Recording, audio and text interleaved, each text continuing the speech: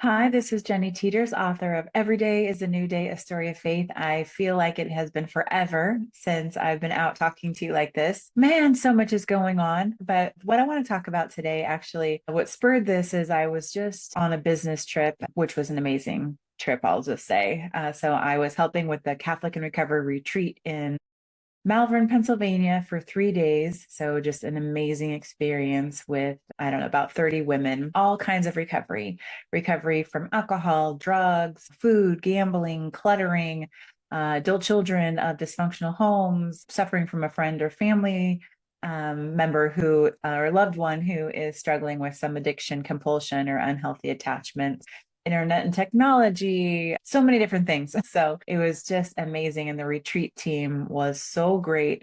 And there was actually one of our members at the retreat. It was Friday, Saturday, Sunday. On Saturday morning, had some abdominal pain. And so I went in the ambulance with her to the hospital, and she ended up having emergency surgery. So I did a talk in the morning and then was in the ambulance and then the hospital waiting rooms, couple different waiting rooms. And then I came back to participate in the conclusion. So I'm so grateful to have a team of people that also help with the retreat. And being self-sufficient, sometimes I'm like, I've got it. I'll do the handouts and I'll be there and I'll lead the whole thing and I'll ring the bell when it's dinner time and I'll, pray for all the people. But it worked out so much better to have a team doing that work together. So that was amazing. And then I went from Pennsylvania to Illinois, where just got to witness a really amazing consulting firm take us through some best practices in marketing and branding and so forth. So anyway, just great. A lot of different projects going on in my life right now. But the thing I wanted to talk about was not my weekend, but I flew out of Charlotte, North Carolina. And then as I was driving home into South Carolina, just crossing the border and then seeing the South Carolina flag and seeing welcome to South Carolina, I got a little teary-eyed, just this tug. And even getting off of the plane and driving around, getting, just out of the airport area onto the highway, it's literally a forest, just trees everywhere. It's so beautiful and so peaceful. And it was reminding me about when our family moved from California to South Carolina, and um what helped us make that decision. So I've long since thought I should write some kind of a booklet on I found my soul in South Carolina. And I mean, how that came about is Steve and I, our girls were of college age and they were not wanting to go to school in California. They wanted to go off and have these great adventures and experience new things. And my husband went to school in UC Davis right outside of Sacramento, and I went to Chapman University, but at a satellite campus in Sacramento. So we didn't really go very far. We were commuter college people.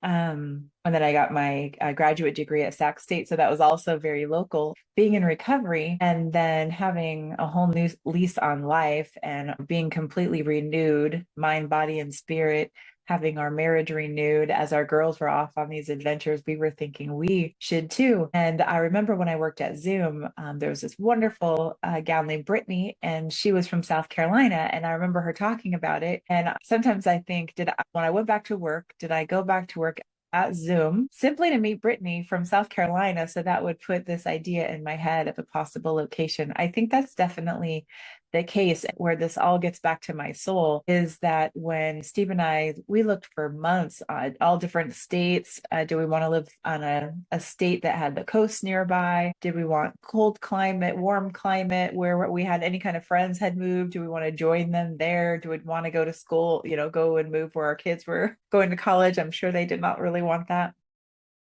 But once we chose South Carolina, then we Googled what is the best small town. And Southern Living Magazine had voted this little town in South Carolina as the best small town, called Aiken. So Steve went and he was there for about a week and he checked it out and he said, it's beautiful here. You're going to absolutely love it. Then our youngest and I, we went and spent a week, and Aiken is very, I would say, niche compared to Sacramento.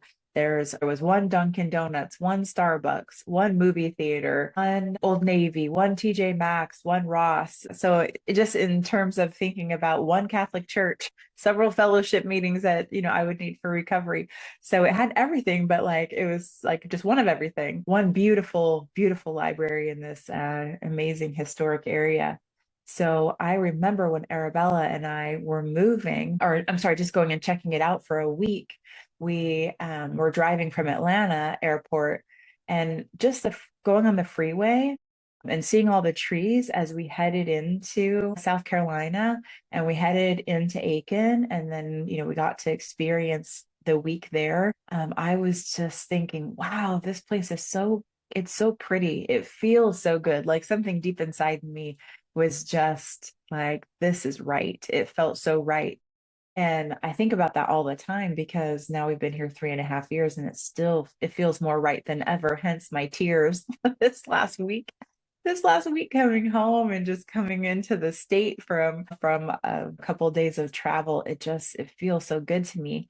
And it dawned on me that, and this probably is the Holy Spirit talking to me, but it dawned on me that that feeling of rightness is like a confirmation that I'm following the will of God because the things that have happened since I've been here are nothing short of miraculous. I mean, just amazing, amazing things happening here. So I just wanted to share that with you that good feeling. So if there's a place you're longing to explore or experiment, or there's, I don't know, a different vocation that you're longing to explore, experience, if there's a hobby that you're longing to experience or a friendship that you're longing to develop more, if you're feeling this pull and feeling this draw, I encourage you to follow that. You might be listening to the Holy Spirit, and it really could be just the will of God who has amazing things in store for you and for me. And yeah, he's calling us. So I just wanted to share my own experience and offer a little bit of encouragement in that way. I hope that you have an amazing day. And if life is so busy and so conflicted and so chaotic that you don't have any time to even listen to your body or your mind or your soul, I encourage you to take a time out, go in the bathroom and lock the door, put a headset on and some music, go find a tree or a body of water or a park to go just spend some time with you so that you can listen to what is stirring inside of you. And I'm always interested to know what's stirring inside of you. So also please feel free to schedule a call with me. I'd love to talk to you about where you're at on your journey. Well, God bless you. And I hope that you have a super wonderful, amazing day. And thanks for letting me share.